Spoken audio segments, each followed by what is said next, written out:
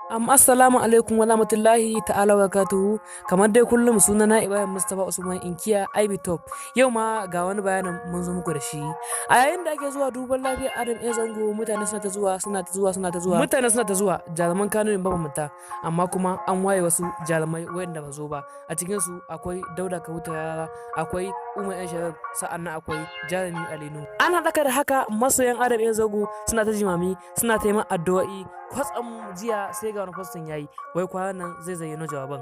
To wannan magana da ta jawo kuci sosai a social media, musamman idan ka shiga comment section din za ga abubuwan da mutane suke ta posta.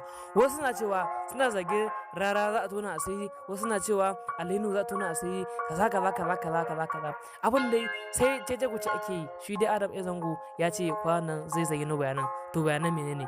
To wannan tambaye ce mutane suke ta kai kawo a social media, wannan ya ce kaza, wannan ya ce kaza. To amma kuma wani abin da ya baka mamaki, jiya nan alinuhu ya taka ya kai wa Adam A Zango ziyara a cikin asibitin dai, amma shi fa Dauda Kahuta Rarara har yau bai je ba, kai har da shi da amaryar shi ma Aishatul Umaira. To shin me za ku ce game da wannan zargin da ake wa alinuhu da kuma Dauda Kahuta Rarara? Duk ba su samu sun ziyarci Adam A Zango duk da bai da lafiyar nan ba. Adam A Zango babu wanda bai san bai da lafiya ba, sannan kuma Adam A Zango yana da mu'amala mai kyau da kowane jarumin Kano, kai da kowane mawaƙi ma. To me dalilin da yasa ba su je ba? To wannan tambayoyin dai su ne mutane suke ta rayyada a social media, wanda ya ce kaza ne, wanda ya ce kaza ne.